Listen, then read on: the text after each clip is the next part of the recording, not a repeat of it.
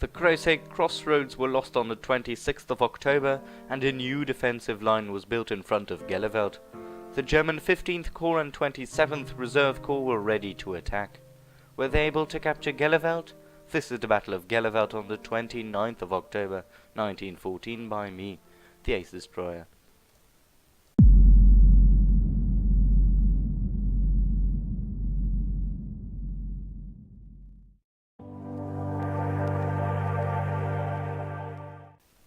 The line was defended by the battle-tired 20th Brigade of the 7th Army and the 1st Guards Brigade.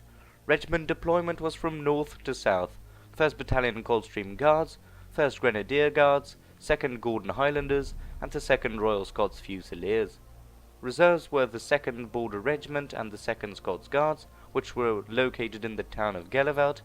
C Company of the Gordon Highlanders were in reserve as well. They would be one of the key players on the 29th. The 1st Black Watch reinforced the lines of the Coldstream Guards. It was a foggy morning when the Germans started their bombardment at 7:30 a.m. on the 29th of October 1914. Right after the bombardment, the German 27th Reserve Corps started their attack on the 1st Coldstreams, north of the Menin Road. The Coldstreams were outnumbered and the survivors of the assault had to retreat. The 1st Grenadier Guards on their right were oblivious to the fact that their left flank on the other side of the Menin Road had fallen. This due to the bad weather with the mist and the slope of their trenches.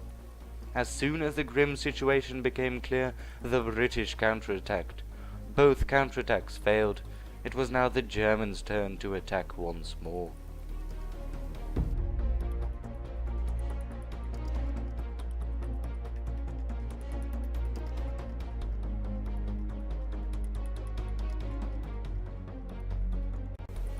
The German 15th Corps now attacked the Grenadier Guards and the Gordon Highlanders from the front, but because the left flank had previously been lost, the Grenadier Guards became surrounded and had to retreat.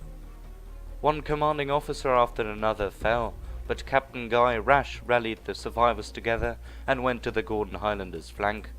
C Company of the Gordon Highlanders now came into action to support the remaining men of the 1st Grenadier Guards who retreated back to Geluveld. Together with the help of the 2nd Border Regiment, German attack was repelled. The Germans kept attacking without success. When the battle quieted down, the 1st Grenadier Guards retreated, leaving C Company of the Gordon Highlanders all on their own. They became isolated and had to fend off any German attack all on their own.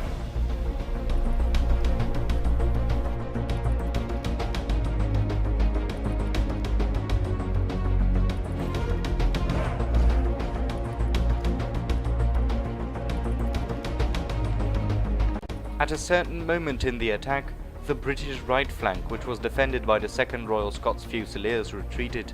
Lieutenant Colonel Uniacke of the Gordon Highlanders saw it happen and quickly shouted the Fusiliers back in their trenches. It was only when a combined counterattack of the 2nd Queen's and 2nd Scots Guards at 4 p.m. relieved the isolated C Company. Before them were 230 dead Germans. They were most probably killed by the one company alone.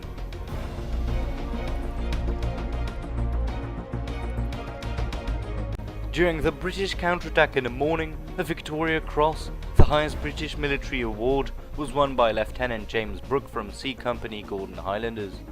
He was on his way to deliver a message when he found himself in the midst of the battle. He shouted to clerks, cooks and other staff to counterattack. He boosted up the morale of about 100 Gordon Highlanders and Grenadier Guards so they would perform a counterattack.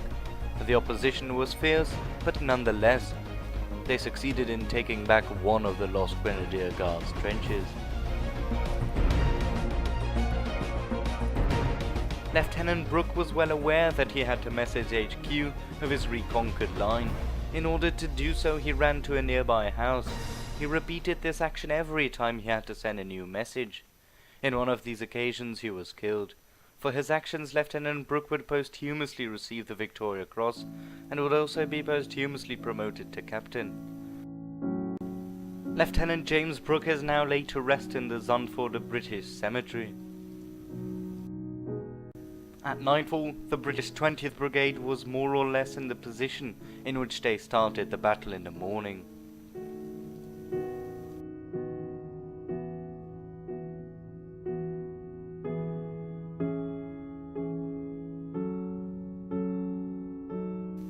The Germans were not the only ones who suffered a lot that day. Of the 20 officers and 670 other ranks of the Grenadier Guards, 5 officers and 200 other ranks were still in fighting condition the next morning.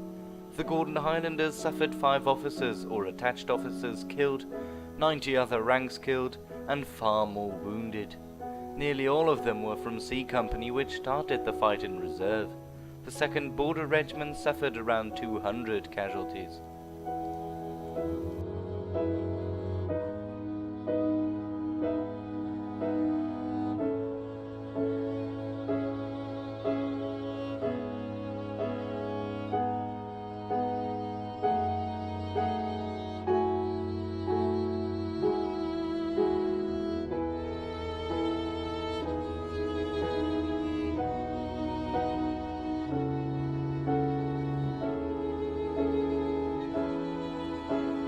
Geluveld might not have been captured on the 29th, but the German attack had cost the British defending 20th Brigade 900 casualties.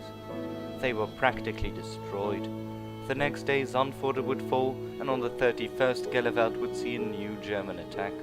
This was the AceDestroyer. I hope you have enjoyed. Don't forget to like, subscribe and leave a comment down below. Cheers!